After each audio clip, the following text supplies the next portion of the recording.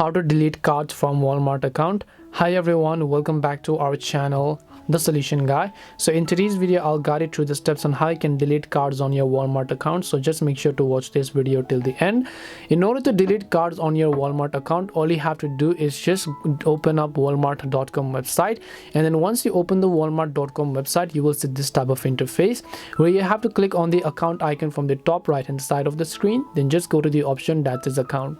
Then once you go to the option that is account, you will see this type of information where you have to go to the option called wallet and payment method, and then basically view all your payment method. So if you've actually added your credit or debit card before and then you want to actually remove them, you'll find those options over here.